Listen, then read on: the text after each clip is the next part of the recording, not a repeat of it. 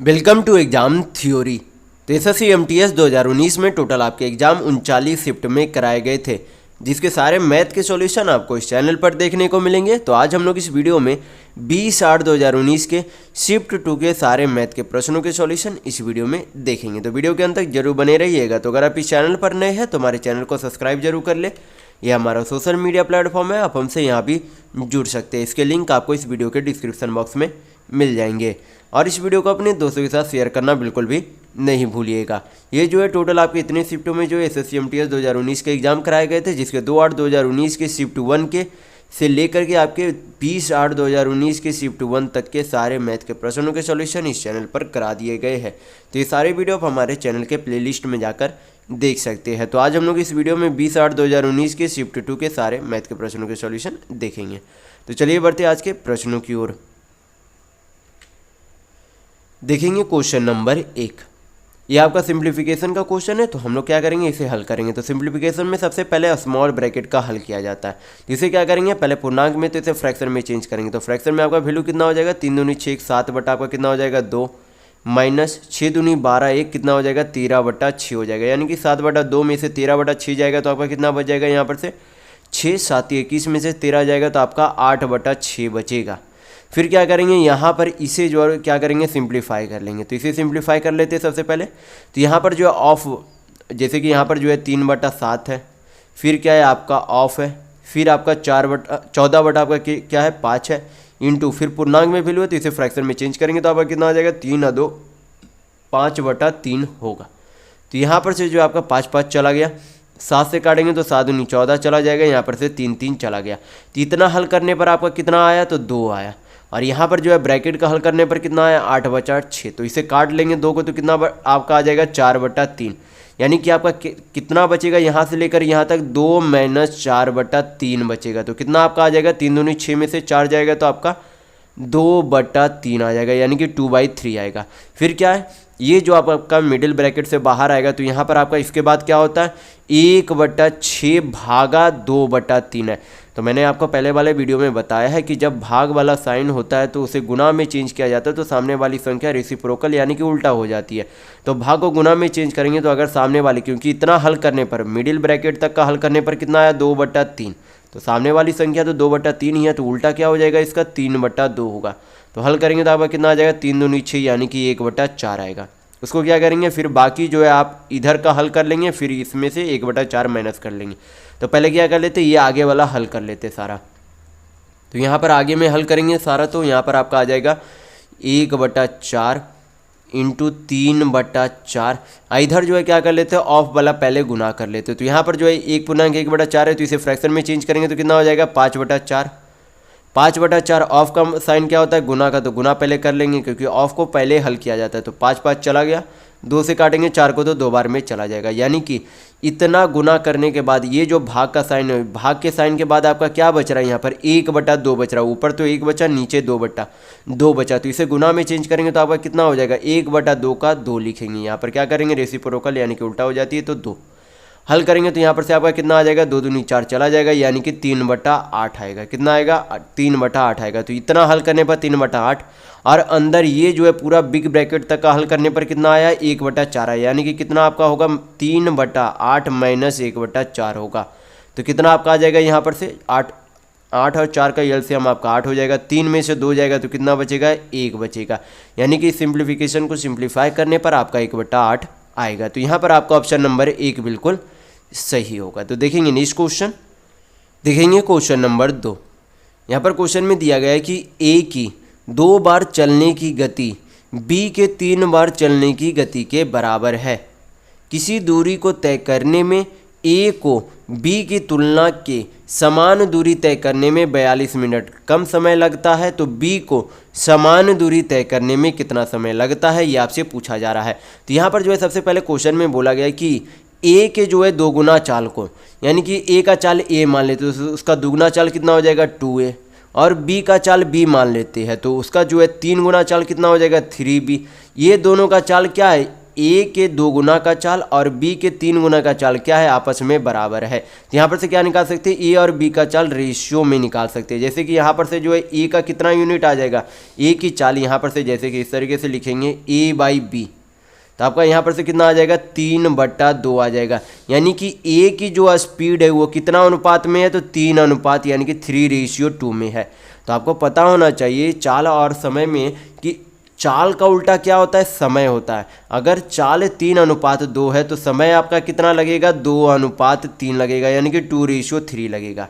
तो यहाँ पर बोला गया है कि जब वह समान दूरी को तय करता है तो 42 मिनट कम लेता है। कौन कम लेता है, ए जो है बी से कम लेता है। तो यहाँ पर जो है यूनिट में कम कितना है, ए 2 यूनिट लेता है, बी 3 यूनिट लेता है। यानी कि ए जो है कितना यूनिट कम लेता है बी से, तो 1 यूनिट कम लेता है। और 1 यूनिट का वैल्यू यहाँ पर कितना दिया गया, 42 मिनट।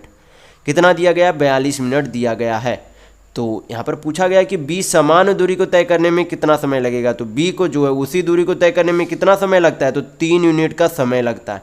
कितने का समय लगता है, 3 यूनिट का। तो अगर 1 यूनिट का वैल्यू 42 मिनट के बराबर है तो 3 यूनिट का वैल्यू कितना हो जाएगा, 42 × 126 मिनट होगा।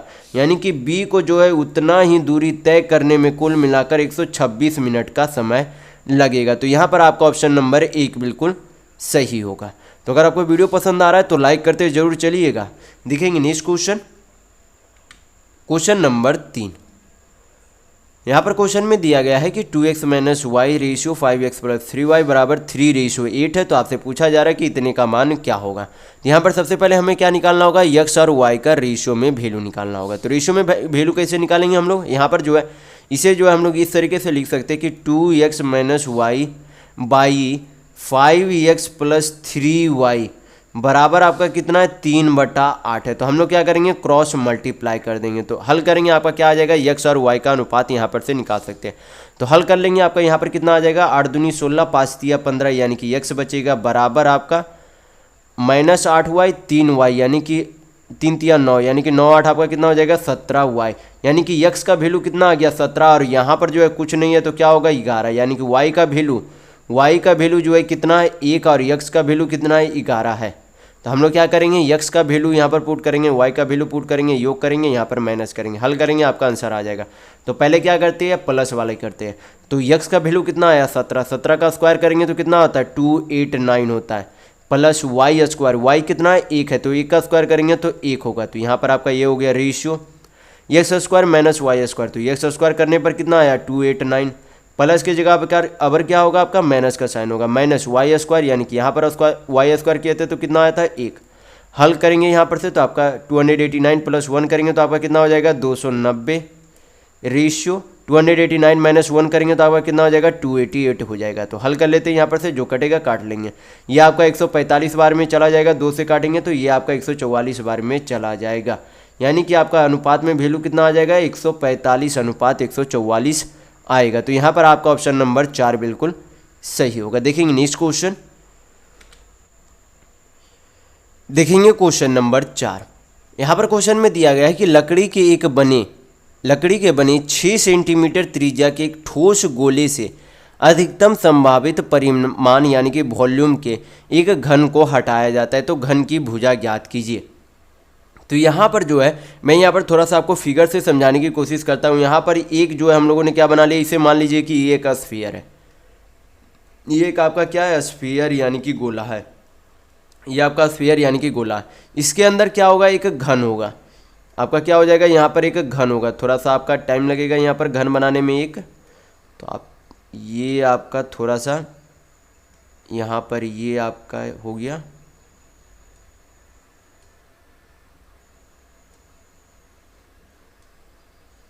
ये आपका यहाँ पर से मिल गया, ये आपका यहाँ पर से मिल गया। तो ये आपका क्या हो गया, एक घन हो गया। स्फीयर के अंदर ये आपका क्या हो गया, एक घन यानी कि क्यूब हो गया। तो ये जो घन का जो ये जो स्फीयर की जो त्रिज्या हो गई, ये मान लीजिए कि इस घन स्फीयर का स्फीयर का ये जो है क्या है, सेंटर है। तो सेंटर से ये जो यहाँ पर मिलाएंगे तो ये आपका क्या रहेगा, रेडियस यानी कि त्रिज्या रहेगी। और रेडियस यहाँ पर कितना दिया गया है, 6 सेंटीमीटर दिया गया। कितना दिया गया, 6 सेंटीमीटर। तो अगर इसका रेडियस 6 सेंटीमीटर है तो इसका डायमीटर कितना हो जाएगा, ये जो आपका डायमीटर कितना हो जाएगा, ये 6 सेंटीमीटर, तो ये भी 6 सेंटीमीटर, यानी कि इसका कुल जो है डायमीटर यानी कि व्यास कितना हो जाएगा, 12 सेंटीमीटर। तो ये जो इसका जो व्यास बन रहा है, ये जो स्फीयर का यानी कि गोले का व्यास बन रहा है, वो क्या है असल में, इस क्यूब के डायगोनल यानी कि विकर्ण के बराबर है। तो अगर ये विकर्ण हमें पता चल गया तो हम लोग क्या निकाल सकते हैं, आसानी से घन की भुजा निकाल सकते हैं। तो घन की यह जो है डायगोनल कितना आ जाएगा, एक तरीके से अगर व्यास 12 है तो इस घन का डायगोनल यानी कि विकर्ण कितना हो जाएगा, 12 सेंटीमीटर होगा। यानी कि डायगोनल कितना आ गया, 12 सेंटीमीटर। तो आपको पता होना चाहिए कि डायगोनल यानी कि घन के डायगोनल का फॉर्मूला क्या हो जाता है, √3 इंटू साइड होता है। क्या होता है, √3 गुना भुजा होता है। और बराबर जो है ये जो है डायगोनल का फॉर्मूला, डायगोनल यानी कि विकर्ण कितना दिया गया है, 12 सेंटीमीटर दिया गया है। तो यहाँ पर से हल करेंगे तो आपकी क्या निकल जाएगी, भुजा की लंबाई निकल जाएगी। तो आपका कितना आ जाएगा, यहाँ पर से काटेंगे तो 4√3 आ जाएगा। कितना आ जाएगा, 4√3, यानी कि इस घन के भुजा की लंबाई 4√3 सेंटीमीटर है। तो आशा करता हूँ आपको जो ये फिगर से बेहतर तरीके से समझ में आ गया होगा कि क्वेश्चन में बोला क्या जा रहा था। तो देखेंगे नेक्स्ट क्वेश्चन, देखेंगे क्वेश्चन नंबर 5। यहाँ पर क्वेश्चन में दिया गया है कि ए, बी और सी एक कार्य को क्रमशः 36 दिन, 54 दिन और 108 दिनों में पूरा कर सकते हैं। उन्होंने एक साथ जो है कार्य करना शुरू किया, लेकिन कार्य शुरू होने के 9 दिनों के बाद ए ने कार्य छोड़ दिया और कार्य पूरा होने के 3 दिन पहले बी ने भी जो है कार्य करना छोड़ दिया। तो आपसे पूछा जा रहा है कि सी ने जो है कितने दिन में जो है कार्य को समाप्त कर लिया, ये आपसे पूछा जा रहा है। तो यहाँ पर सबसे पहले हमें क्या करना होगा, ए, बी और सी की कार्य क्षमता निकालनी होगी। तो यहाँ पर जो है दिया गया है कि ए जो है कुल काम कितने दिनों में कर सकता है, 36 दिन में। बी जो है उसी काम को 54 दिन में कर सकता है और सी जो है उसी काम को 108 दिनों में कर सकता है। तो यहाँ पर क्या करेंगे, 36, 54 और 108 का एलसीएम लेंगे। तो कितना होगा एलसीएम, 108 होगा। 108 को 36 से भाग करेंगे तो 3 आएगा, 108 को 54 से भाग करेंगे तो 2 आएगा, 108 को 108 से भाग करेंगे तो 1 आएगा। यानी कि ए की कार्य क्षमता 3 है, बी की 2 है, सी की 1 है। और ये जो हमेशा क्या होता है, ये जो आपका एलसीएम आता है वही क्या होता है, टोटल वर्क होता है। यानी कि तीनों को जितने दिनों में भी काम किया, यानी कि जितने दिनों तक तीनों ने काम किया उतने दिनों में उसे कितना काम कर लेना है, 108 काम करना है। तो यहाँ पर जो है, यहाँ पर से हम लोग का जो है मेन क्वेश्चन शुरू होगा, जो कि आपको यहाँ पर ध्यान देना होगा। तो यहाँ पर जो है बोला गया सबसे पहले कि उन्होंने एक साथ कार्य शुरू किया, लेकिन कार्य शुरू होने के 9 दिन बाद ए जो है काम को छोड़ देता है। तो हम लोग यहाँ पर पता कर सकते हैं कि उस 9 दिनों में ए ने कितना काम किया होगा, उस 9 दिनों में ए ने कितना काम किया होगा। तो यहाँ पर क्या कर देंगे, अगर एक दिन में ए 3 काम करता है तो 9 दिन में कितना काम किया होगा, 27 काम। अगर एक दिन में ए जो है एक दिन में 3 काम करता है तो 9 दिनों में 27 काम ए ने किया होगा। कितना काम, ए ने 27 काम किया होगा। फिर बोला गया कि कार्य जो है फिर ए ने छोड़ दिया, यानी कि 9 दिन के बाद ए काम को छोड़ देता है। फिर बोला गया कि कार्य जो है पूरा होने के 3 दिन पहले बी ने कार्य छोड़ दिया, यानी कि बी जो एक दिन में कितना काम करता है, 2 काम करता है। बी एक दिन में 2 काम करता है तो 3 दिन में कितना काम करेगा, 6 काम करेगा। 3 दिन में बी 6 काम करेगा। यानी कि अगर बी जो है अंतिम दिनों तक काम करता, बी अगर अंतिम दिनों तक काम करता तो बी 6 काम और करता, लेकिन ये 6 काम को बिना किए हुए वो चल गया। और अगर 108 में से ये 27 माइनस कर दे तो जो बाकी बचा हुआ काम है वो किसने किया होगा, सिर्फ ए, बी और सी ने मिलकर किया होगा। क्योंकि अगर ए ने जो भी काम उस 9 दिनों में किया उस काम को ही हटा दे तो जो बाकी बचा हुआ काम रहेगा उसे किसने किया होगा, कुल मिलाकर बी और सी ने किया होगा। तो क्या करेंगे, हल कर लेंगे, क्योंकि यहाँ पर जो हम लोगों ने +6 कर दिया है ताकि बी जो है अंतिम दिनों तक कार्य करता रहे। तो इसलिए जो है जो बाकी बचा हुआ काम रहेगा वो कौन करेगा, बी और सी करेगा। और क्योंकि हम लोग 27 काम निकाल दे रहे हैं तो ए उसमें शामिल नहीं है।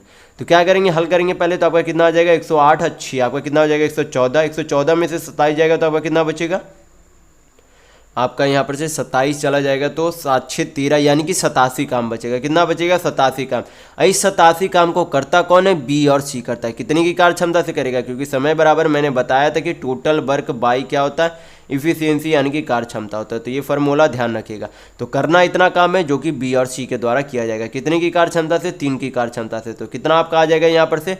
29 तिया 87 यानी कि 29 दिनों में, उस 29 दिनों में पूरा काम को समाप्त कर लिया गया होगा। तो यहाँ पर आपका ऑप्शन नंबर 3 बिल्कुल सही होगा। तो ये जो होता है, जो कि आपका ये सबसे बेहतर तरीका होता है इस तरीके का प्रश्न हल करने के लिए। तो देखेंगे नेक्स्ट क्वेश्चन, देखेंगे क्वेश्चन नंबर 6। यहाँ पर क्वेश्चन में दिया गया है कि पाइप ए और बी क्रमशः जो है 8 घंटे और 12 घंटे में पूरी तरह टैंक को खाली कर सकते हैं। सी जो है भरने वाला पाइप है। इन तीनों पाइप को एक ही समय पर खोल दिया गया और 1 घंटे में उस टैंक का छठा भाग 1 घंटे में क्या हो गया? खाली हो गया।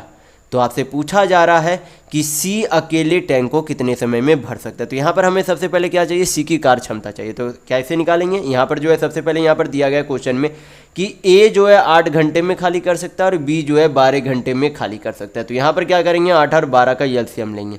तो 8 और 12 का एलसीएम यानी कि लघुत्तम कितना होता है? 24। 24 को 8 से भाग करेंगे तो 3 आएगा। 24 को जब 12 से भाग करेंगे तो 2 आएगा। यानी कि यहाँ पर से पता चल गया कि ए की कार्य क्षमता 3 और बी की कार्य क्षमता 2 है। टोटल ये जो एलसीएम आता है वही क्या होता है? टोटल काम होता है। यानी कि जो खाली करना है उसे जो है ये 24 यूनिट ही खाली करना है। तो बोला गया कि जब तीनों पाइप को खोल दिया जाता है, यानी कि ए और बी जो है क्या है? खाली करने वाला पाइप और सी जो है क्या है? भरने वाला पाइप है। यानी कि जब तीनों पाइप को खोल दिया जाता है तो 1 घंटे में 1/6 भाग जो है क्या हो जाते हैं? खाली हो जाते हैं। यानी कि टोटल जो है खाली करना कितना है? 24 यूनिट। उसका 1/6 कितना हो जाएगा? तो 1/6 24 का 1/6 यहाँ पर आपका 4 यूनिट होगा।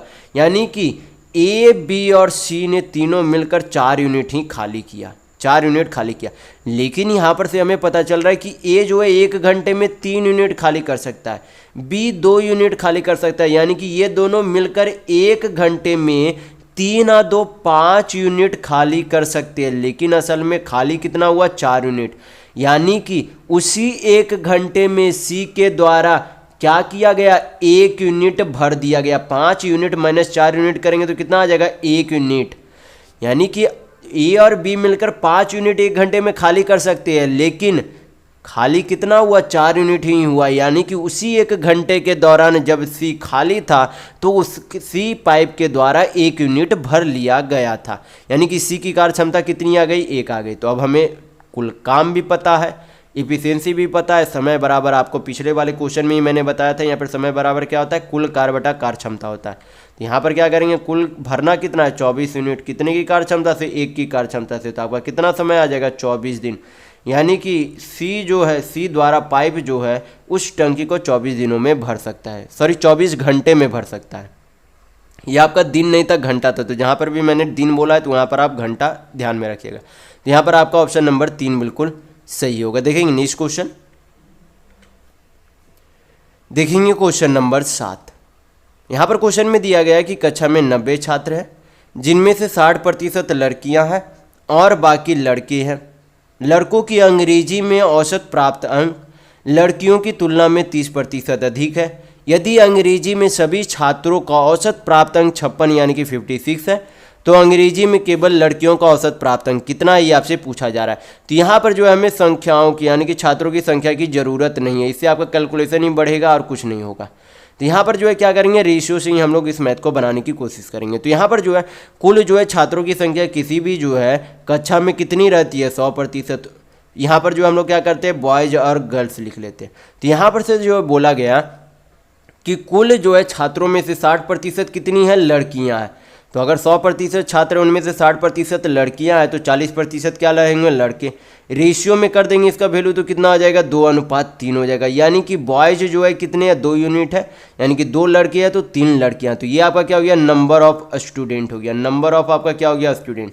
फिर जो है यहाँ पर बोला गया कि लड़कों का अंग्रेजी में औसत प्राप्त अंक लड़कियों से 30% अधिक है। तो 30% का फ्रैक्शन वैल्यू कितना होता है? 3/10। यानी कि लड़की का अगर 10 यूनिट औसत प्राप्त अंक है तो लड़कों का उससे 3 यूनिट अधिक है। यानी कि लड़की का औसत प्राप्त अंक 10 है तो लड़कों का कितना हो जाएगा, 10 और 3 13 यूनिट होगा। तो ये आपका क्या हो गया, अंकों का रेशियो हो गया, ये आपका अंकों का रेशियो है। तो यहाँ पर से जो है हम लोग क्या मान लेते हैं, रेशियो के हिसाब से मान लेते हैं कि बॉयज जो है कुल कितने हैं, 2 है, लड़की की संख्या कितनी है, 3 है। तो टोटल जो है अंक कितने हो जाएंगे, बॉयज़ के यहाँ पर से हो जाएंगे 13 दूनी 26, लड़कियों के कितने हो जाएंगे यहाँ पर से 10 तिया 30। फिर जो है यहाँ पर टोटल योग कर देंगे तो ये क्या हो जाएगा, इतना, ये जो है आपका 26 यूनिट है, ये आपका 30 यूनिट है। तो टोटल अंक यहाँ पर से कितने हो जाएंगे, 26 और 30 आपका 56 यूनिट हो जाएगा। कितना हो जाएगा, 56 यूनिट। और यहाँ पर जो औसत प्राप्त अंक कितना दिया गया, 56 दिया गया। तो इसको जो है 56 है, टोटल जो है छात्रों की संख्या यहाँ पर से कितनी है, बॉयज़ यहाँ पर हम लोगों ने मान लिया 2 है और गर्ल्स 3 है, तो टोटल छात्रों की संख्या कितनी है, 56 है। योग निकालने के लिए क्या कर, सॉरी टोटल छात्रों की संख्या 5 है, औसत कितना है, 56 है। योग निकालने के लिए क्या करेंगे, 56 × 5 करेंगे, तो इधर भी योग इधर भी योग, हल करेंगे 1 यूनिट का वैल्यू आ जाएगा। तो हम लोग क्या निकाल सकते हैं, लड़कियों का जो औसत प्राप्त अंक भी निकाल सकते हैं। तो हल कर लेते हैं, 56 से आपका कटेगा तो कितना बार, 56 चला गया, तो 1 यूनिट का वैल्यू यहाँ पर से कितना आ गया, 5 आ गया। कितना आ गया, 5 आ गया। तो यहाँ पर से जो है इसके 10 यूनिट का वैल्यू कितना आ जाएगा, क्योंकि जो है लड़कियों का औसत प्राप्त अंक कितना था, 10 यूनिट था। तो अगर 1 यूनिट का वैल्यू 5 है तो 10 यूनिट का वैल्यू कितना हो जाएगा, 50 हो जाएगा। कितना हो जाएगा, 50। तो यहाँ पर आपका ऑप्शन नंबर 3 बिल्कुल सही होगा। देखेंगे नेक्स्ट क्वेश्चन, क्वेश्चन नंबर 8। ये आपका क्या है, ग्राफ का क्वेश्चन है। तो यहाँ पर जो है ग्राफ में दिया क्या गया, यहाँ पर वर्ष के नाम दिए गए, यूनिट की संख्या दी गई, उत्पादित यहाँ पर जो है सभी वर्षों में इतना संख्याओं में किया गया और बेची गई संख्या यहाँ पर दी गई है। तब देखेंगे क्वेश्चन में पूछा क्या जा रहा है। क्वेश्चन में पूछा जा रहा है कि किस वर्ष में उत्पाद की यूनिट 2017 में बेची गई, 2017 में ये आपका बेची गई यूनिट की तुलना में लगभग इतना प्रतिशत कम है, यानी कि 630। 2017 में कितना यूनिट बेचा गया था, 630 यूनिट बेचा गया था। उसमें बोला गया कि कोई भी संख्या खुद में 100% होती है, तो बोला गया 100% से इतना प्रतिशत कम है, इतना प्रतिशत कम है। तो हमें निकालना होगा कि पहले जो है संख्या असल में क्या है। तो 100 में से 31.4 माइनस करेंगे तो आपका कितना हो जाएगा, आपका हो जाएगा 68.6%। कितना हो जाएगा, 68.6%। पॉइंट हटाएंगे नीचे 10% हटाएंगे नीचे 100 आ जाएगा। हल कर लेते हैं, यहाँ पर 0 चला गया। 63 × 886 करेंगे तो आपका कितना आ जाएगा, गुना करेंगे तो आपका यहाँ पर से आ जाएगा 6 तिया 18, 6 छक 36, 1 37, 8 तिया 24, 7 में 2, 8 चक 48, 2 50 आपका हो गया। 6 तिया 18, 6 छक 36, 1 37, जोड़ देंगे तो आपका 8 7 4 11, 1 8 3 11, 1 12, 7 5 12, 1 13, 3 1 आपका कितना हो गया, 4। यानी कि ये जो है कितना आ गया, 432 18 बट्टा 432 18, ये आपका 32 18 बटा आपका कितना है, 100 है।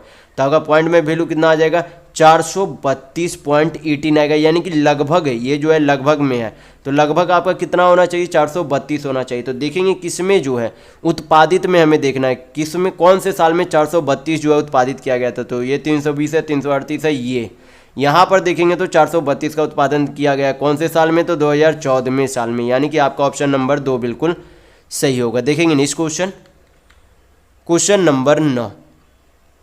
यहाँ पर आपसे पूछा जा रहा है कि उपरोक्त आंकड़ों का बहुलक यानी कि मोड और माध्यिका यानी कि मीडियन क्या होगा। तो यहाँ पर जो है सबसे पहले बहुलक जो है कैसे निकाला जाता है, बहुलक यानी कि मोड यानी कि कौन सी संख्या। तो यहाँ पर से जो है कौन से वजन की संख्या को सबसे अधिक छात्र है, यानी कि कौन से वजन की संख्या का सबसे अधिक छात्र है। तो सबसे अधिक छात्र यहाँ पर हमें कौन से दिख रहा है, यहाँ पर 6 दिख रहा है, यानी कि 48 किलो वजन वाले सबसे अधिक छात्र है। तो यही आपका क्या हो जाएगा, बहुलक, यानी कि 48 आपका क्या हो जाएगा, मॉड। तो मॉड तो अब हमें पता चल गया। अब क्या, माध्यिका। माध्यिका निकालने के लिए हमें क्या चाहिए, सबसे पहले कि बीच में स्टूडेंट कौन है। यहाँ पर जो है सबसे पहले हम लोग यहाँ पर क्या करेंगे, बढ़ते वाले जो वजन है उसे लिख लेंगे। जैसे कि यहाँ पर जो है सबसे कम वजन वाले कौन है, 48 है। 48 के बाद जो है आपके कौन से है, क्योंकि माध्यिका निकालने के लिए असेंडिंग ऑर्डर में नंबर को जो है क्या किया जाता है, बैठाया जाता है, यानी कि बढ़ते क्रम में व्यवस्थित किया जाता है। तो सबसे छोटा वजन है आपका 48, उसके बाद आपका 53 नहीं, 51, 51 के बाद 53, 53 के बाद आपका 56, 56 के बाद आपका 60 है। और जो है 48 में जो है कितने, 48 के 6 छात्र हैं, 51 के 3, 53 के आपके 4 है, 56 के 5 है और 60 के 2 है।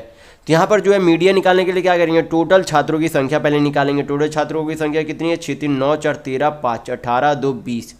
20 में जो है बीच की संख्या हमें ढूंढनी होती है। तो बीच की संख्या निकालने के लिए यहाँ पर क्या करेंगे, जो 10th नंबर है और जो आपका 11th नंबर है उसके बीच की संख्या निकालनी होगी। तो सबसे पहले हमें देखना होगा कि 10th और 11th नंबर पे कौन से वजन वाले छात्र आते हैं। तो यहाँ पर तो आपका 6 छात्र हो गया, 6 3 9 छात्र हो गया। 9 जो 9 के बाद 10, 10वां और 11वां जो छात्र आएगा वो इस वाले में आएगा। और इस वाले में जो आपका कैमा जो है कितने वजन वाले छात्र है, तो 53 वाले वजन वाले छात्र है। यानी कि जो 10वां नंबर का भी छात्र है वो भी 53 वजन का है और 11वां नंबर वाला जो छात्र है वो भी 53 वजन का है। तो दोनों का अगर औसत भी निकालेंगे, क्योंकि 2 छात्र है, औसत निकालेंगे तो आपका कितना आ जाएगा, 53 ही आएगा। यानी कि माध्यिका आपकी कितनी आ गई, 53। तो यहाँ पर बहुलक यानी कि मोड 48 और माध्यिका आपकी 53 होगी। यानी कि आपका ऑप्शन नंबर 4 बिल्कुल सही होगा। देखेंगे नेक्स्ट क्वेश्चन, क्वेश्चन नंबर 10। यहाँ पर क्वेश्चन में दिया गया है कि सोनू ने जो है अपनी मासिक आय का 12% एक धर्मार्थ ट्रस्ट को जो है दान देने का फैसला किया। दान देने के दिन उसने जो है अपना निर्णय बदल लिया और 2160 रुपये का दान किया, जो उसके द्वारा पूर्व दान देने से पहले की राशि के 125% के बराबर है। तो आपसे पूछा जा रहा है कि सोनू का मासिक आय कितना है। तो पहले जो है वो कितना प्रतिशत, अपनी आय का जो है 12% दान कर रहा था। जो है मान लेते उसका इनकम, हम लोग आय मान लेते, इनकम ये है, उसका जो है 12% क्या कर रहा था, दान कर रहा था। यानी कि 12/100 इतना दान कर रहा था। अब क्या किया, उसमें इतने की वृद्धि हो गई, 125% की वृद्धि हो गई। तो 125% का फ्रैक्शन वैल्यू कितना होता है, 5/4। कितना होता है, 5/4। यानी कि पहले अगर इतना दान कर रहा था, ये जो है इतना अभी तक दान कर रहा था, उसका जो है अब कितना, 5/4 दान कर रहा है, जो कि रुपये में कितने के बराबर है, 2160 के बराबर है। हल कर लेंगे तो आपका क्या निकल जाएगा, इनकम निकल जाएगा। तो हल कर लेते हैं यहाँ पर से। तो आपका 12 से काटेंगे तो 12 1 8 1 9, तो 12 8 96। 5 से काटेंगे तो ये 5, ये आपका 20 बार में चला जाएगा। यानी कि इनकम आपका यहाँ पर से कितना आ जाएगा, 18 दूनी 36, 36 दूनी 72 दूनी 144। यानी कि 144 पे कितना हो जाएगा, 2 शून्य। यानी कि उस सोनू का जो है इनकम कितना है, तो 14,400 रुपये है। तो यहाँ पर आपका ऑप्शन नंबर 3 बिल्कुल सही होगा। देखेंगे नेक्स्ट क्वेश्चन, देखेंगे क्वेश्चन नंबर 11। यहाँ पर क्वेश्चन में दिया गया है कि जब 5 6 8 9 और 12 को सबसे छोटी संख्या यक्ष से विभाजित किया जाता है तो प्रत्येक मामले में एक शेष प्राप्त होता है, किंतु यक्ष जो है 13 से विभाज्य है। जब यक्ष को 31 से विभाजित किया जाएगा तो प्राप्त शेष कितना होगा, ये आपसे पूछा जा रहा है। तो इस तरह के प्रश्न में सबसे पहले हम लोग क्या करेंगे, यहाँ पर ये जो सारी संख्या दिए गए उसका एलसीएम यानी कि लघुत्तम लेंगे। तो एलसीएम आपका कितना हो जाएगा इन सारों संख्याओं का। तो यहाँ पर जो है सबसे पहले बड़ी संख्या तो 12, 9 में यहाँ पर से 3 कॉमन आ गया तो यहाँ पर 3 लेंगे, 4 इसमें कॉमन आ गया तो 2 लेंगे, 3 दूनी 6 तो पहले ही आपका आ गया, 5 बचा तो 5 ले लेंगे। गुना करेंगे तो आपका क्या निकल जाएगा, एलसीएम निकल जाएगा। तो आपका कितना आ जाएगा, 12 3 36, 36 25 180 दूनी 360 होगा। यानी कि इन सभी संख्याओं का एलसीएम आपका कितना आ गया, 360। तो यहाँ पर जो है संख्या निकालने के लिए क्या करेंगे, यहाँ पर जो है इस संख्या जो एलसीएम है उसमें जो है क्या करेंगे, के गुना करेंगे, +1 करेंगे। फिर जो है हम लोग क्या करेंगे, यहाँ पर बोला गया था कि यक्ष से जो संख्या विभाजित होगी, यानी कि ये जो संख्या, ये जो यक्ष का कैसा वैल्यू पुट करे कि वो क्या हो जाए, यक्ष को जब भाग दे तो यक्ष का जो भाग देंगे तो उससे क्या बचे, एक शेषफल बचे। लेकिन यक्ष को यहाँ पर बोल दिया गया है कि 13 से वो क्या है, विभाज्य। यानी कि ये संख्या, यानी कि इस पूरे संख्या को भी अगर 13 से विभाजित करेंगे तब भी आपका कितना शेषफल आएगा, एक शेषफल ही आएगा। यानी कि यहाँ पर से हम लोग क्या निकाल सकते हैं, के का वैल्यू निकाल सकते हैं। तो के का वैल्यू निकाल सकते हैं तो फिर हम लोग पूरी संख्या भी निकाल लेंगे यहाँ पर से। तो क्या करेंगे, यहाँ पर सबसे पहले इसे जो है सिंप्लीफाई करेंगे। तो सबसे पहले 13 को 360 यानी कि 360 को 13 से भाग करेंगे, जो रिमाइंडर बचेगा उसे लिख देंगे। तो 13 13 दूनी 26, 10 बचा 100, 13 7 91, तो कितना बचेगा, 9 के। तो 9 के +1/13 हो गया। तो अब के का वैल्यू खुद से पुट करना होता है। तो के का वैल्यू क्या खुद से पुट करे कि क्या हो जाए, 13 से पूरा कट जाए। के का वैल्यू क्या पुट करे कि 13 से पूरी तरीके से कट जाए। तो यहाँ पर के का वैल्यू अगर हम लोग 10 रखते हैं, के का वैल्यू अगर हम लोग 10 रखते हैं तो ये क्या हो जाएगा, पूरी तरह कट जाएगा, क्योंकि 9 दहें 90, 90 प्लस ये कितना हो जाएगा 91, 13 से 91 7 बार में कटता है। 91 जो है 13 से 7 बार में कटता है, यानी कि के का वैल्यू यहाँ पर हमें क्या करना होगा, 10 पुट करना होगा। तो ये अगर यहाँ पर के का वैल्यू 10 पुट करेंगे तो क्या निकल जाएगी, वो संख्या निकल जाएगी जो कि हमें 31 से विभाज करने पर शेषफल प्राप्त करेगी। तो यहाँ पर जो वो संख्या कितनी आ जाएगी, के का वैल्यू 10 पुट करेंगे तो 360 इंटू 10 यानी कि 3600, 3600 प्लस 1 आपका कितना हो जाएगा 3601, और इस 3601 को क्या करना होगा, 31 से विभाज करके देखेंगे कि कितना शेषफल आता है, वही आपका क्या होगा, आंसर होगा। तो भाग करके देख लेते हैं यहाँ पर से, तो आपका 31 एक आपका यहाँ पर 5 शेष बचेगा, तो फिर से आपका 1 तो 31, आपका 19 1, तो आपका कितना बार में चला जाएगा, 8 बार में लगा के देखते, तो 8 बार में नहीं, 6 बार में, 6 बार में कितने, 6 बार में, तो आपका 6 तिया 18, तो कितना शेषफल बच रहा है, 191 में से 186 जाएगा, तो आपका रिमाइंडर यानी कि शेषफल 5 बचेगा। तो यहाँ पर आपका ऑप्शन नंबर 1 बिल्कुल सही होगा। देखेंगे नेक्स्ट क्वेश्चन, क्वेश्चन नंबर 12। यहाँ पर क्वेश्चन में दिया गया है कि अभिनव और रेखा का मासिक आय कितना अनुपात है, 6:5 है, जबकि उनका मासिक व्यय जो है 9:8 है। यदि अभिनव का आय रेखा के व्यय से 2 गुना है तब अभिनव और रेखा का बचत का अनुपात क्या होगा, ये आपसे पूछा जा रहा है। तो यहाँ पर जो है सबसे पहले बोला गया कि यहाँ पर जो है अभिनव ए से और रेखा आर से डिनोट कर देते हैं। यहाँ पर जो है इनकम कितना अनुपात में दिया गया, 6:5 दिया गया, कितना दिया गया 6:5, यानी कि इसे हम लोग क्या कर लेते हैं, कुछ समय के लिए 6x, इसे 5x मान लेते हैं। फिर जो है आपका यहाँ पर मासिक व्यय यानी कि एक्सपेंडिचर जो है कितना अनुपात दिया गया है, 9:8 दिया गया है। तो यहाँ पर क्या कर लेते हैं, इसे 9y, इसे 8y मान लेते हैं। फिर जो है यहाँ पर बोला गया कि अभिनव का आय, तो अभिनव का आय कितना है, यानी कि इनकम कितना है 6x, कितना है 6x, और रेखा का व्यय, रेखा का व्यय जो है कितना है, यानी कि एक्सपेंडिचर कितना है 8y, कितने के बराबर, रेखा के व्यय के 2 गुने के ये क्या है, आपस में बराबर है। तो यहाँ पर से क्या निकाल सकते हैं, x और y का रेशियो में वैल्यू निकाल सकते हैं। तो हल करेंगे यहाँ पर कितना आ जाएगा, 2 तिया 6, यानी कि x का वैल्यू कितना आ गया 8 और y का वैल्यू कितना आ गया 3, यानी कि यहाँ पर क्या करेंगे, x का वैल्यू और y का वैल्यू पुट करेंगे, माइनस करेंगे, तो आपका क्या निकल जाएगा, सेविंग यानी कि बचत का रेशियो निकल जाएगा। तो हल कर लेंगे यहाँ पर आपका x का वैल्यू कितना है 8 है, तो 8 6 कितना हो जाएगा आपका 48, यहाँ पर कितना हो जाएगा 48। उसी तरीके से x का वैल्यू अगर 8 है तो 8 बजे कितना हो जाएगा 40, y का वैल्यू यहाँ पर कितना था 3, तो 9 तिया कितना हो जाएगा 27, 9 तिया आपका कितना हो जाएगा 27, और 8 y का वैल्यू कितना हो जाएगा, y का वैल्यू अगर 3 है, y का वैल्यू आपका 3 है, तो 8 तिया आपका कितना हो जाएगा 24,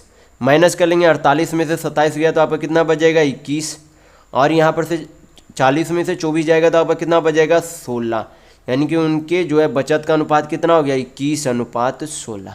तो यहाँ पर आपका ऑप्शन नंबर 4 बिल्कुल सही होगा। देखेंगे नेक्स्ट क्वेश्चन,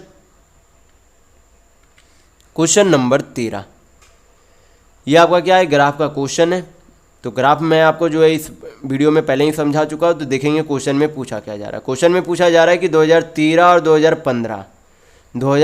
और 2015 में बेची गई उत्पाद का यूनिट, तो 2013 में 328 यूनिट बेचा गया था, 2015 में 242 यूनिट बेचा गया था, कि कुल संख्या तथा 2015 और 16 में उत्पादित यूनिटों की कुल संख्या से अनुपात कितना है।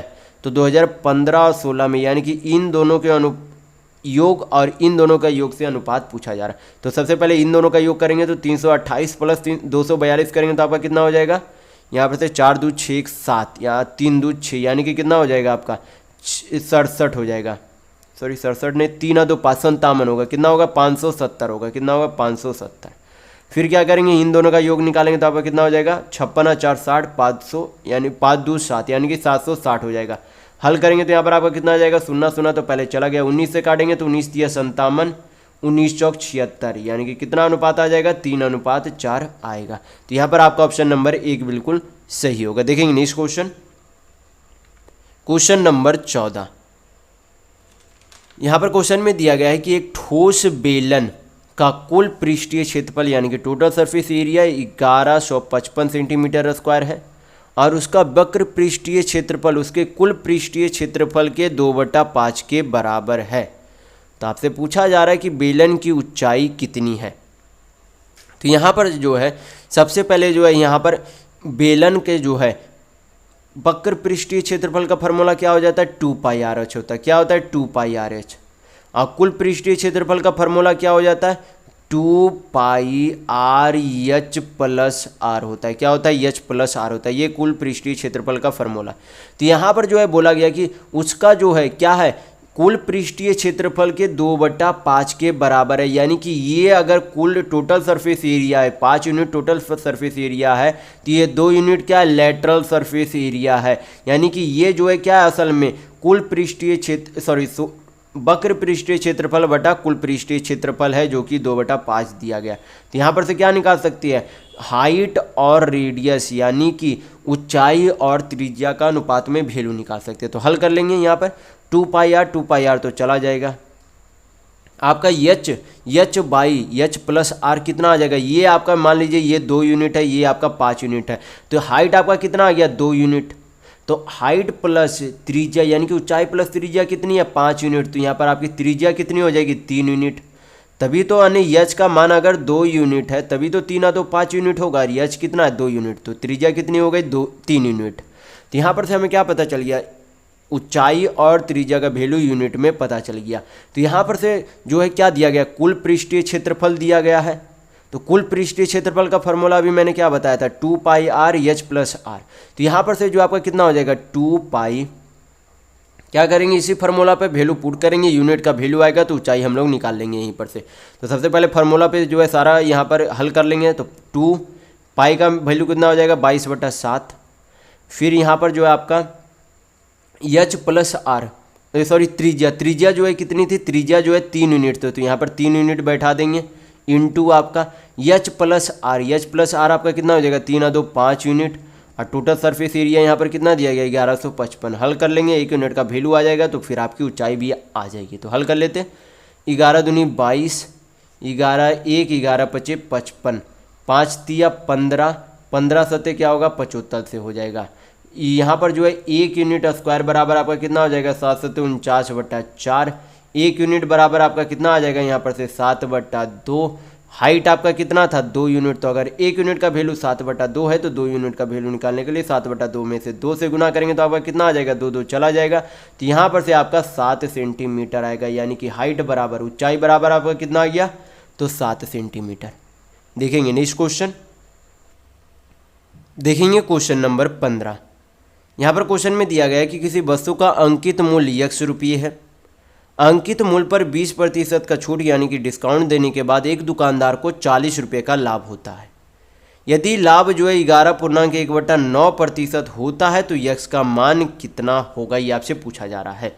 यहाँ पर जो है सबसे पहले हम लोग क्या निकाल सकते हैं क्रय मूल्य निकाल सकते हैं क्योंकि यहाँ पर लाभ प्रतिशत दिया गया है और रुपया भी दिया गया है कि कितना लाभ होता है। और आपको जो है यहाँ पर से CP निकाल सकते हैं। तो CP जो है खुद में कितना होता है 100% होता है। पहले वाले वीडियो में भी मैं काफ़ी बार बता चुका हूँ कि किसी भी वस्तु का क्रय मूल्य खुद में 100% होता है। तो यहाँ पर जो है सारे 11% का वैल्यू कितना दिया गया 40 रुपये के बराबर है। यानी कि 11% को फ्रैक्शन में चेंज करेंगे तो 11/1/9 को तो कितना आ जाएगा 100/9%।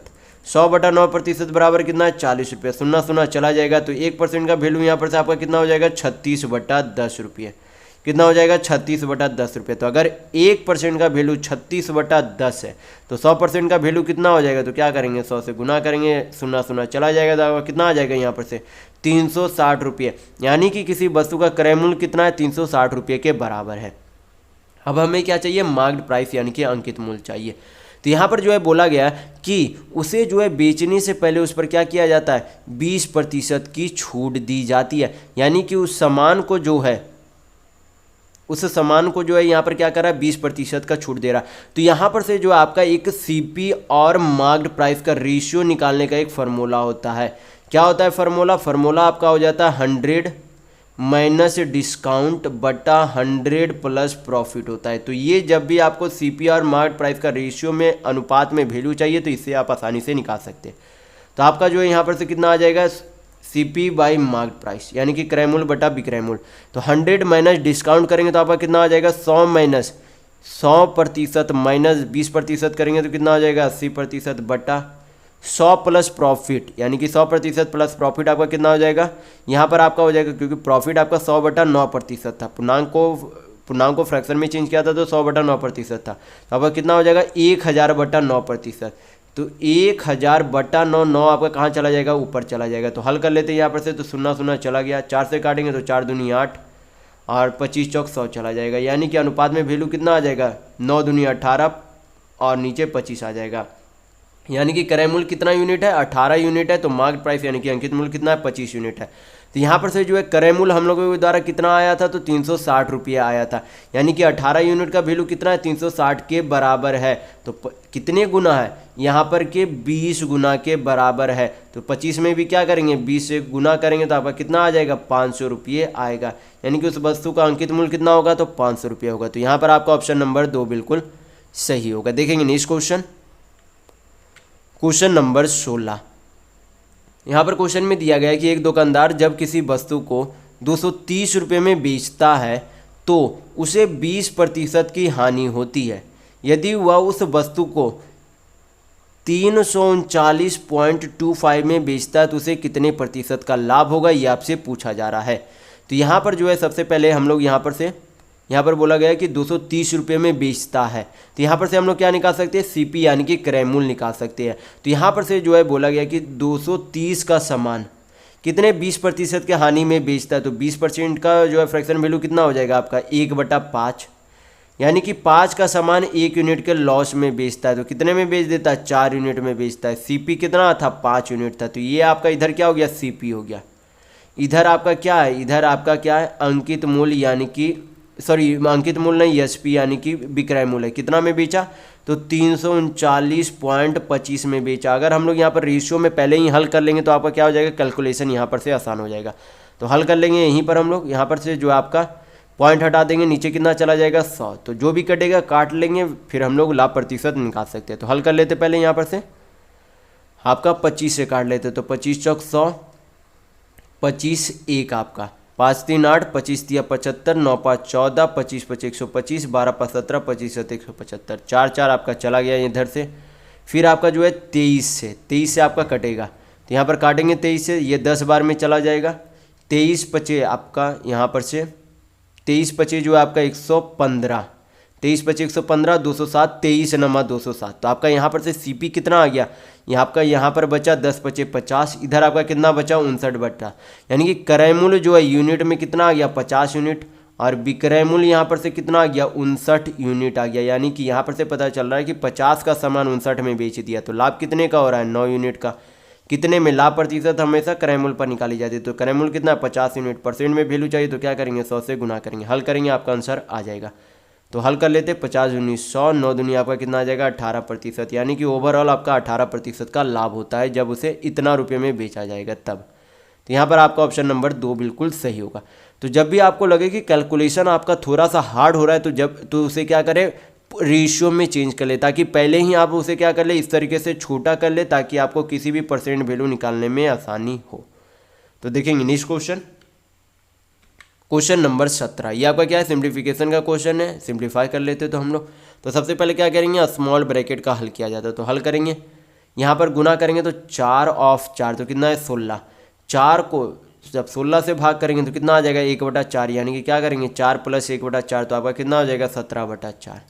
फिर क्या करेंगे ये वाला भी स्मॉल ब्रैकेट का हल कर लेंगे, तो 4 भागा क्या 4 ऑफ 2 है तो कितना हो जाएगा 8, 4 को 8 से भाग करेंगे तो कितना आ जाएगा 1/2 इंटू 4 करेंगे तो आपका कितना आ जाएगा यहाँ पर से 2 आएगा, कितना आएगा 2। अब क्या कर लेते हैं बाकी जो बचा उसे पहले लिख लेते नीचे। आपका क्या है यहाँ पर 4 × 2 भागा 4 ऑफ, यहाँ पर आपका कितना बचा 17/4 बचा, इधर आपका -2 बचा। तो हल कर लेते 4 4 चला गया, ये आपका यहाँ पर से कितना आ जाएगा 4 × 2 भागा 17 बच रहा है, यानी कि 2/17 इसे लिख सकते हैं -2।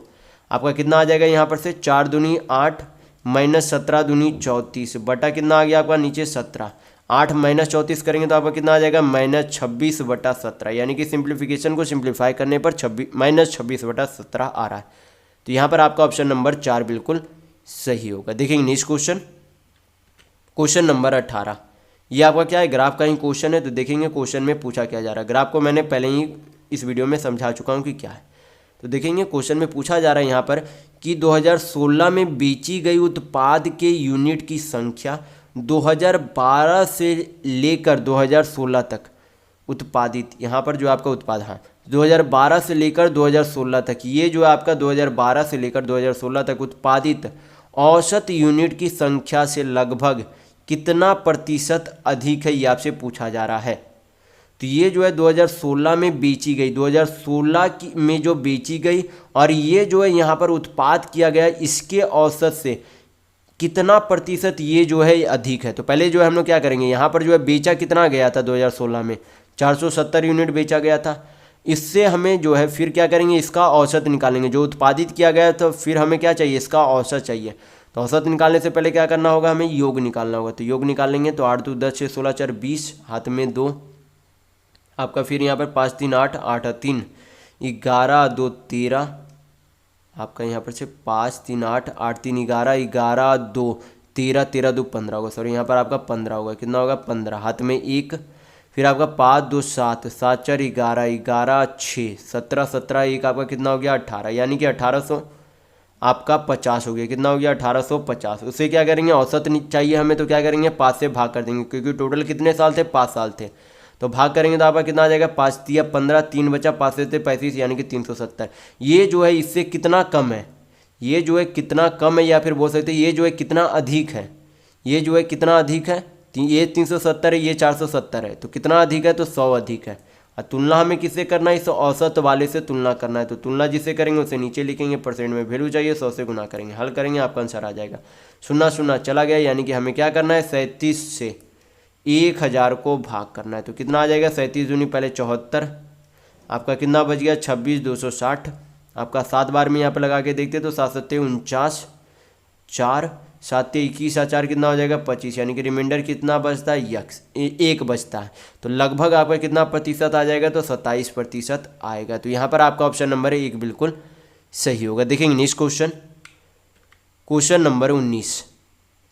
यहाँ पर क्वेश्चन में दिया गया है कि 10% प्रतिवर्ष चक्रवृद्धि ब्याज दर पर निवेशित कोई राशि 3 वर्षों में 19,965 रुपये हो जाती है। यदि राशि समान ब्याज दर पर 2.2/5 वर्षों में यक्स रुपये हो जाएगी, यदि दोनों ही मामलों में ब्याज की वार्षिक रूप से संयोजित किया जाता है तो यक्स का मान कितना होगा। तो यहाँ पर बोला गया है कि रेट वही है, समय में सिर्फ परिवर्तन आ गया। पहले जो है 3 साल में ब्याज लगा, 3 साल के लिए ब्याज पर लगाया गया था, लेकिन अगर आपसे पूछा जा रहा है कि 2.2/5 साल में हुआ राशि कितनी होगी, यानी कि अमाउंट कितनी होगी। तो ये जो यहाँ पर अमाउंट दिया गया है वो कितने साल का, ये 3 साल का अमाउंट दिया गया है, यानी कि इसमें 3 साल का ब्याज जोड़ा गया है। तो यहाँ पर से 2 साल तक, क्योंकि हमें जो है रेट में कोई भी चेंज नहीं किया गया, यानी कि हमें पता चल रहा है कि 2 साल तक दोनों ही स्थितियों में, यानी कि दोनों के समय, क्योंकि पहले बार में जो है 3 साल के लिए लगाया गया था, दूसरे बार में जो है कितने साल के लिए लगाया गया, तो 2.2/5 साल के लिए लगाया गया, यानी कि इसमें भी क्या रहा होगा, 2 + 1 साल रहा होगा। इसमें भी टोटल 3 साल, यानी कि 2 + 1 साल रहे होंगे। तो दोनों में ये जो 2 साल है, ये जो पहले वाले 2 साल है, इसमें अमाउंट क्या रहे होंगे, बराबर रहे होंगे, क्योंकि जो आपका दर है चक्रवृद्धि ब्याज के दर से ही आपका क्या लग रहा है, यहाँ पर ब्याज लग रहा है, और जो दर है वो भी क्या है, समय, यानी कि आपका दर बराबर है हर एक समय में। तो ये जो पहले जो 2 साल है, दोनों ही स्थितियों में क्या रहे होंगे, अमाउंट बराबर रहे होंगे। तो हमें क्या चाहिए यहाँ पर, ये जो है पहले हम लोग क्या करेंगे, अमाउंट में 1 साल पीछे जाएंगे। 1 साल पीछे जाने पर हम लोग क्या करेंगे, इस 2/5 साल का उसमें ब्याज जोड़ने की कोशिश करेंगे। तो सबसे पहले जो है यहाँ पर 3 साल का अमाउंट कितना दिया गया, 19,965 रुपया दिया गया है। यहाँ पर से 10% का फ्रैक्शन वैल्यू आपका कितना हो जाएगा, 1/10, यानी कि 10 की राशि पर 1 यूनिट का क्या लगता है, ब्याज लगता है। तो इसे जो है बैक जाने के लिए क्या करेंगे, 10/11 करेंगे। क्या करेंगे, 10/11। अगर हमें जो है आगे जाना होता तो 11/10 करते, हमें बैक जाना है, यानी कि ये जो है 3 साल का अमाउंट है, हमें जो है 2 साल तक का अमाउंट चाहिए, तो बैक जाने के लिए क्या करेंगे, 10/11 करेंगे, इंटू अब क्या करना है, ये जो है फिर हमें अब आगे जाना है तो क्या करेंगे, इसे जो 2/5 साल है उसका हमें अमाउंट निकालना है, उतना जो है उसमें ब्याज जोड़ना है। तो एक साल में 10% ब्याज लगता है, तो 2/5 साल में कितना प्रतिशत ब्याज लगेगा, तो 10% का 2/5 निकालेंगे तो कितना हो जाएगा, 5 दूनी 10, यानी कि 4% ब्याज लगेगा। तो अगला साल में कोई भी राशि 100% होती है उस पर 4% का ब्याज लगकर कितना हो जाएगा, अमाउंट 104। हल करेंगे तो यहाँ पर क्या निकल जाएगा, इतने समय का अमाउंट यानी कि आपका मिश्र धन निकल जाएगा। तो हल कर लेते हैं, यहाँ पर से आपका 0 0 चला गया, आपका 11 से काटेंगे तो कितना बार में चला जाएगा, 11 1 8, 11 8 88, आपका 1 11 25 55, 5 से काट लेते तो 5 दूनी 10, आपका यहाँ पर से कितना हो जाएगा, 5 तिया 15, 3 5 6 30, 5 तिया 15, 2 से काट लेंगे तो कितना बार में चला जाएगा, 52 बार में चला जाएगा, यानी कि आपका अमाउंट कितना आ जाएगा, 363 गुना 52 आएगा। तो यहाँ पर इकाई अंक क्या आना चाहिए, 3 दूनी 6 आना चाहिए। यहाँ पर 7 है, यहाँ पर 8 है, यहाँ पर 5 है, यहाँ पर 6 है, यानी कि आपका ऑप्शन नंबर 4 बिल्कुल सही होगा। तो गुना पूरा करने की ज़रूरत नहीं है क्योंकि इकाई अंक हमें पता चल गई, तो इकाई अंक एक ही में 6 है, तो वही आपका क्या होगा, आंसर सही आंसर होगा। तो आपको गुना करके भी देखना चाहे तो देख सकते हैं, आपका इतना ही आंसर आएगा। तो ध्यान रखिएगा, देखेंगे नेक्स्ट क्वेश्चन, क्वेश्चन नंबर 20। यहाँ पर क्वेश्चन में दिया गया है कि 21 संख्याओं का औसत 44 है, उनमें से पहली 11 संख्याओं का औसत 48 है और अंतिम 11 संख्याओं का औसत 42 है। यदि 11वीं संख्या को हटा दिया जाता है तो शेष संख्याओं का औसत कितना होगा, ये आपसे पूछा जा रहा है। तो यहाँ पर से जो है क्या करेंगे, यहाँ पर से जो है टोटल जो है 21 संख्याओं का औसत कितना दिया गया, 44 दिया गया, कितना दिया गया, 44। फिर जो है बोला गया कि पहली 11 संख्याओं का औसत कितना है, 48 यानी कि 48 है। तो यहाँ पर जो है औसत संख्या से यहाँ पर कितने वृद्धि देखने को मिली, क्योंकि इसमें भी 11 है, तो इसमें जो है 4 औसत, यानी कि पहले 44 था, ओवरऑल जो है औसत 44 था, लेकिन पहली 11 संख्या में जो है 48 की औसत है, तो कितने की अधिक औसत है, तो 4 की अधिक औसत है। तो जितना अधिक औसत है उसको क्या करेंगे, संख्या से गुना कर देंगे। तो संख्या कितनी है, 11 है, तो 11 चौक कितना हो जाएगा, 44। ये जो है क्या हुआ, इतना वृद्धि यानी कि इतना अधिक था। फिर बोला गया कि अंतिम 11 संख्याओं का औसत 42 है, तो 44 था जो है ओवरऑल 44 था, हो कितना गया, 42, यानी कि अबर क्या हो गया, -2, यानी कि कमी हो गई। कितने में, 11 संख्या में, तो कितना हो जाएगा, -22। इसको क्या करेंगे, ओवरऑल संख्या से भाग कर देंगे। क्या करेंगे, ओवरऑल संख्या से भाग कर देंगे, तो आपका कितना आ जाएगा, यहाँ पर से 22/21 आएगा। यानी कि लगभग जब आप भाग देंगे तो यहाँ पर जो आपका लगभग यहाँ पर बोल सकते हैं कि 1.1 समथिंग आपका यहाँ पर आ जाएगा। क्या आ जाएगा, लगभग अप्रॉक्स में आप बोल सकते हैं कि 1.1 समथिंग की क्या हो जाएगी। ये जो 11वीं संख्या है इसके कारण क्या हो रही है, ये जो 11वें नंबर है इसके कारण 1.1 औसतन क्या हो जा रहा है, वृद्धि हो जा रहा है। तो अगर इसमें से 11वीं संख्या को हटा दिया जाए, यानी कि 11वीं संख्या के जो कारण औसत की वृद्धि हो रही है उसे अगर ओवरऑल औसत से माइनस कर दे तो आपका क्या निकल जाएगा, शेष संख्याओं का औसत यानी कि एवरेज निकल जाएगा। तो माइनस कर देते आपका कितना आ जाएगा यहाँ पर से, तो माइनस करेंगे तो आपका यहाँ पर 9, 43 में से गया तो कितना आ गया, 42, यानी कि 42.9 आपका सही आंसर होगा। तो यहाँ पर आपका ऑप्शन नंबर 2 बिल्कुल सही होगा। देखेंगे नेक्स्ट क्वेश्चन, देखेंगे क्वेश्चन नंबर 21। यहाँ पर क्वेश्चन में दिया गया है कि 2 रेलगाड़ी विपरीत दिशा में चलते हुए एक दूसरे को 12 सेकंड में पार करती है। कैसे, विपरीत दिशा में चलते हुए, और सामान्य दिशा में चलने पर वे एक दूसरे को 60 सेकंड में जो है मिलते या वे पार कर लेते हैं। दोनों रेलगाड़ी को जो है संभावित गतियां जो है कितनी हो सकती है, ये आपसे पूछा जा रहा है। तो यहाँ पर से जो है सबसे पहले जो है यहाँ पर क्या मान लेते हैं कि दूरी जो है क्या है, 1 किलोमीटर है, और जो पहली रेलगाड़ी की चाल है वो x किलोमीटर है, दूसरी रेलगाड़ी की चाल y किलोमीटर है। समय बराबर आपका क्या हो जाता है, दूरी बटा चाल होता है, ये ध्यान रखना है। समय बराबर क्या होता है, दूरी बटा चाल। तो दूरी कितना हम लोगों ने मान लिया, 1 किलोमीटर। पहली वाली ट्रेन की चाल x किलोमीटर, दूसरी वाली ट्रेन की चाल y किलोमीटर। अपोजिट दिशा में चलेंगे तो चाल क्या हो जाएगा, जुट जाएगा। ये जो है दूरी है नीचे चाल, तो समय बराबर दूरी बटा चाल। अपोजिट दिशा में चलते हैं यानी कि विपरीत दिशा में चलते हैं तो समय कितना लगता है एक दूसरे को पार करने में, 12 सेकेंड। लेकिन बोला गया कि उसी दूरी को जब एक दूसरे के विपरीत दिशा में चलते हैं, यानी कि एक दूसरे के विपरीत दिशा में चल रहे तो चाल घटेगा, तो कितना समय लगता है, 60 सेकंड समय लगता है। तो क्या करेंगे, भाग कर देंगे, क्या करेंगे, भाग कर देंगे। हल करेंगे तो यहाँ पर से आपका ए चला जाएगा, 12 से 60 काटेंगे तो 5 बार में चला जाएगा। तो यहाँ पर से आपका कितना आ जाएगा, x माइनस वाई, क्योंकि ये जो आपका पूरा ये बट्टा था तो x बाई वाई ऊपर चला जाएगा, आपका नीचे आपका आ जाएगा x प्लस वाई बराबर आपका कितना हो जाएगा, 1/5। हल करेंगे तो x और y का रेशियो यहाँ पर से आ सकता है। तो यहाँ पर से हल करेंगे तो 5x यानी कि 4x बराबर आपका हो जाएगा 5x यानी कि 6y, 5y minus 5y y, तो आपका इधर जुड़ जाएगा तो 6y हो जाएगा। ये आपका चला जाएगा 2 बार में, ये आपका चला जाएगा 3 बार में, यानी कि x का वैल्यू कितना होगा, 3 यूनिट, यानी कि x की जो चाल होगी और 3 यूनिट होगी और y की चाल कितनी होगी, 2 यूनिट होगी। तो यहाँ पर जो हमें ऑप्शन में देखना होगा कि x की चाल जो दी गई है वो कौन सा है जो 3:2 बनाता है। क्या ये 15, ये जो चाल दी गई है दोनों का, ये 3:2 बनाता है, तो ये 1:3 बना रहा है, यानी कि ये नहीं हो सकता। ये आपका कितना बना रहा है, ये आपका बना रहा है, ये तो आपका 9:20 बना रहा है, यानी कि ये भी नहीं हो सकता। ये आपका 15 दूनी 30, ये जो है 1:2 बना रहा है, ये भी नहीं हो सकता। ये आपका क्या बचा, 30:2 है, यानी कि 0 चला जाएगा, तो ये क्या बना रहा है, 3:2 बना रहा है, यानी कि आपका ऑप्शन नंबर 4 बिल्कुल सही होगा, क्योंकि ये 3:2 चाल बना रही है। देखेंगे नेक्स्ट क्वेश्चन नंबर 22। यहाँ पर क्वेश्चन में दिया गया है कि एक व्यक्ति एक निश्चित राशि को अपने तीनों पुत्रों में 2:3:8 के अनुपात में बांटता है। यदि उसने इस राशि को 1/2, 1/3, 1/8 के अनुपात में बांटा होता तो जिस पुत्र को सबसे कम राशि प्राप्त हुई थी उसे 2200 रुपया अधिक प्राप्त होता। तो कुल राशि कितनी है वहाँ से पूछा जा रहा है।